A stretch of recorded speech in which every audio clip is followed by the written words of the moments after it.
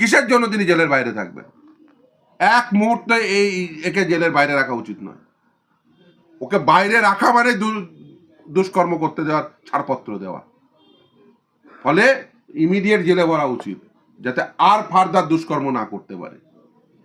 মামলা পিছিয়ে লাভ হবে না। দেখুন, 1 দিন 2 দিন 4 দিন পেছবেন, কিন্তু এই মামলা আলটিমেট অ্যাডজুডিকেট হবে, এবং অ্যাডজুডিকেট হলে দেখবেন নিশ্চিতভাবে অপরাধী শাস্তি পাবেন। আদালতে বিচারাধীন বিষয়, উভয় পক্ষ আর্গুমেন্ট করবেন, কালকে শেষ হবে বলে মনে হয় না। এবার এই মামলার অপরাধী যদি শাস্তি না পান, তাহলে গোটা ভারতবর্ষ জুড়ে এই দৃষ্টান্ত হয়ে থাকবে যে ইনভেস্টিগেশন চলাকালীন যে কেউ এসে এভিডেন্স নিয়ে পালিয়ে গেলেও তার শাস্তি হয় না। এটা কিন্তু মুখ্যমন্ত্রীর ওই টালির চালের অ্যাডভার্টাইজমেন্ট কতদিন হবে? ওর পরিবারের হাতে 3টে রোডের উপরে কতগুলো প্রপার্টি, বলুক কোথা থেকে পেয়েছে? মমতা ব্যানার্জি মুখ্যমন্ত্রী হয়েছে, সব পরিবারের সবার ট্যালেন্ট বেড়ে গেছে নাকি? হ্যাঁ, সব বড় ব্যবসায়ী হয়ে গেছে, বড় সমাজকর্মী হয়ে গেছে। এর ন্যূনতম শালীনতা বোধ নেই এই ভদ্রমহিলা, যে মানুষটি মারা গেছে তাকে আজকে ডিফেম করছে। সেই মানুষটি আজ জীবন কমিউনিস্ট ছিলেন। তো আর 2 দিন পরে বলবে, আজকে তো এই বলেছে, আর 2 দিন পরে বলবে জ্যোতি বসু গোপনে আমার পার্টির মেম্বারশিপ নিয়েছিল। সে যা চুরি হয়েছে সব তুমি করেছো। এই যে নবান্নতে বসে আছো 14 তলায়, ডিএমটা মিটিয়ে দেবে, তারপরে 14 তলা থেকে নামতে দেবো। কত টাকা করে পাবে, কত টাকা ছিল, সমস্ত হিসেব আজকে আবার তারা করেছে। যে 2008 থেকে 2019 কত % হারে ডিএ হবে, সব হিসেব করা একদম মান্থ টু মান্থ বেসিসে। সিবিআই বা ইডি আইনের ঊর্ধ্বে নেই। সিবিআইয়ের অফিসার যদি ঘুষ খায় তাকে জেলে ভরা হবে না? ইডির অফিসার যদি ঘুষ খায় তাকে জেলে ভরা হবে না? অবশ্যই হবে। ঘাট চেপে ধরে টাকা আদায় করবো। টাকা নিয়ে এইসব মোৎসব করেছো, টাকাগুলোকে নিয়ে জনগণের করের টাকা নিয়ে রেড রোডে বসে নাচ দেখেছো, ও টাকা ঘাট চেপে ধরে আদায় করব। যে রাজ্যের এই যে ব্যবস্থা, সেটা যথেষ্ট খারাপ হয়ে গেছে। শিক্ষা ব্যবস্থা খারাপ হয়েছে, স্বাস্থ্য ব্যবস্থা খারাপ হয়েছে, রাজ্যে কর্মসংস্থান নেই। আর রাজ্যের মাথায় একজন বসেছেন, তিনি যে রাজ্যটাকে এই খারাপ করেছেন সেটা পরিষ্কার। তিনি কখনো ইডি ইনভেস্টিগেশন করছে, ফাইল নিয়ে চুরি করে নিয়ে পালিয়েছে। ডাকাতি, চুরি বলবেন না, ডাকাত বলবেন, চোর বলবেন না। তারপরে কখনো দেখবেন বিভিন্ন দুর্নীতি, চাকরি চুরি থেকে শুরু করে বিভিন্ন দুর্নীতিতে তিনি অনুপ্রেরণা যোগাচ্ছেন। প্রথমে বলবেন আমি কিচ্ছু জানি না, ধোয়া তুলসী পাতা। তারপরে দেখা যাবে যে না, ধোয়া তুলসী পাতা না, আসলে উনিই সব কিছু শুরু করেছেন। শুরুই উনি, শেষও উনি, অথচ উনি কিছু জানেন না। এই রাজ্যে মমতা বন্দ্যোপাধ্যায়ের অনুপ্রেরণা ছাড়া গাছের পাতা নড়ে? ওনার তো সব কিছুতে অনুপ্রেরণা লাগে। আর তৃণমূল কংগ্রেসের এই দলটাই চলে ওনার অনুপ্রেরণায়। দেখবেন শৌচাগার তৈরি করছে, সেখানেও ওনার অনুপ্রেরণা লাগছে। রাজ্যে ওনার অনুপ্রেরণা ছাড়া তো কিচ্ছু হয় না। আর সেই মমতা বন্দ্যোপাধ্যায় গিয়ে এই রাজ্যের, যিনি রাজ্যের মুখ্যমন্ত্রী এবং স্বরাষ্ট্রমন্ত্রীও বটে, রাজ্যের শান্তি শৃঙ্খলা তিনি বজায় রাখবেন, তিনি রেসপন্সিবল পারসন, তিনি গিয়ে ইনভেস্টিগেশন চলাকালীন ফাইল ডাকাতি করে নিয়ে চলে আসছেন।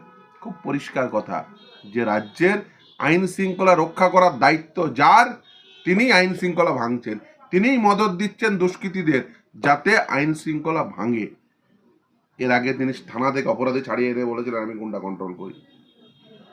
তিনি শওকতকে বলেছেন তুই বাস স্ট্যান্ড নিয়ে কী করবি, তুই তো বোম বান্ধিস, দিয়ে তাকেই টিকিট দিয়ে তাকেই বিধানসভায় তার পাশে বসানোর বন্দোবস্ত করেছেন। অথচ তিনিই স্বরাষ্ট্রমন্ত্রী, তিনি জানেন বোম বাঁধে, অথচ তাকেই আইনসভার সদস্য বানান। তিনিই নিজে গিয়ে ফাইল ডাকাতি করে নিয়ে চলে আসেন। এত কিছু দুষ্কর্ম করার পরেও তিনি ঘুরে বেড়ান বহাল তবিয়তে। কেন? প্রশ্ন। দেখুন, রাজ্যের মুখ্যমন্ত্রী হলে তিনি জেলে যাবেন না তা তো নয়। ভারতবর্ষের আইন খুব পরিষ্কার। এর আগে দেখেছেন দিল্লির মুখ্যমন্ত্রী জেলে গেছে, ঝাড়খণ্ডের মুখ্যমন্ত্রী জেলে গেছে। এই রাজ্যের মুখ্যমন্ত্রী মমতা বন্দ্যোপাধ্যায় অপরাধ করার পরেও তিনি জেলের বাইরে থাকবেন কেন? কিসের জন্য তিনি জেলের বাইরে থাকবেন? এক মুহূর্তে একে জেলের বাইরে রাখা উচিত নয়।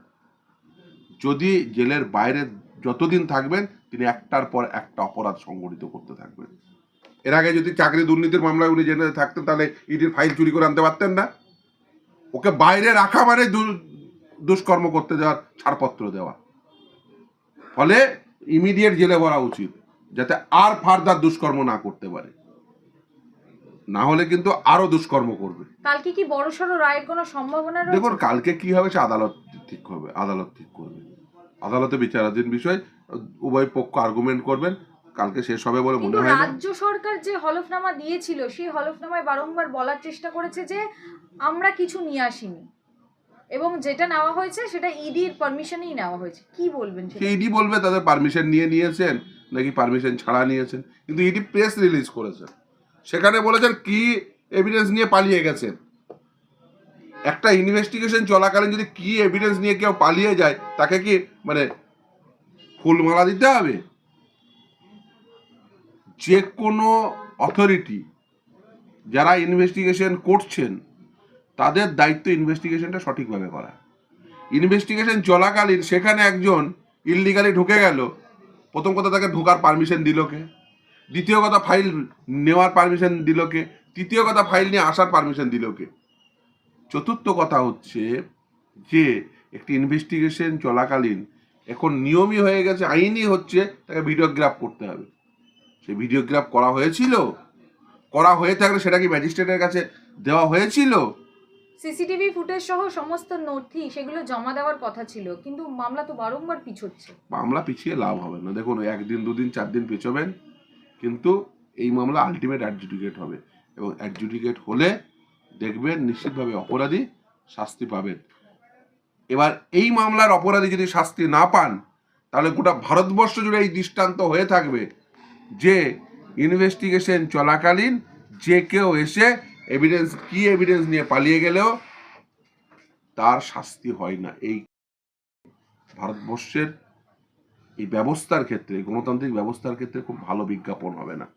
রাজ্যের একজন মুখ্যমন্ত্রী যিনি সাংবিধানিক পদ হোল্ড করেন, যিনি এই রাজ্যের স্বরাষ্ট্রমন্ত্রীও বটে, পুলিশ মন্ত্রীও বটে, তিনিও দুষ্কর্ম করছেন এবং তিনি অপরাধী হওয়া সত্ত্বেও তিনি ফ্রিলি ঘুরে বেড়াবেন, এটা চলতে পারে না। সিবিআই বা ইডি আইনের ঊর্ধ্বে নাকি? সিবিআইয়ের অফিসার যদি ঘুষ খায় তাকে জেলে ভরা হবে না? ইডির অফিসার যদি ঘুষ খায় তাকে জেলে ভরা হবে না? অবশ্যই।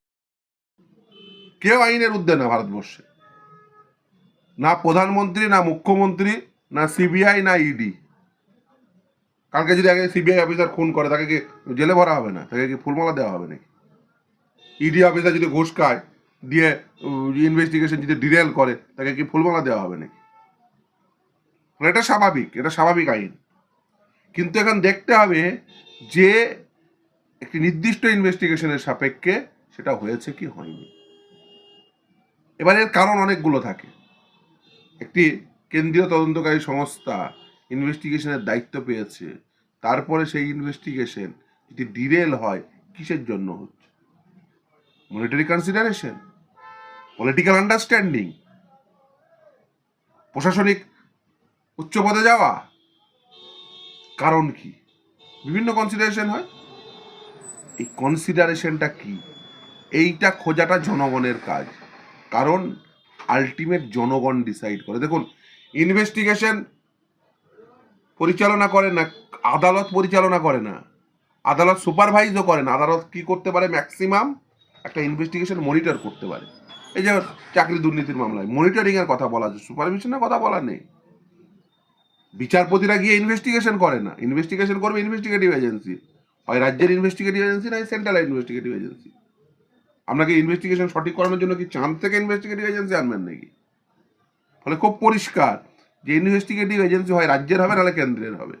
এখন যদি রাজ্যের ইনভেস্টিগেটিভ এজেন্সি রাজ্যের পলিটিক্যাল লিডারদের বিরুদ্ধে অভিযোগ থাকলে না ইনভেস্টিগেশন করতে পারে, আর সেই পলিটিক্যাল লিডারদের যদি অন্যরকম আন্ডারস্ট্যান্ডিং থাকে কেন্দ্রের সঙ্গে, তাহলে তাদের বিরুদ্ধে বিচার হবে না, তাদের বিরুদ্ধে ইনভেস্টিগেশন প্রপার হবে না।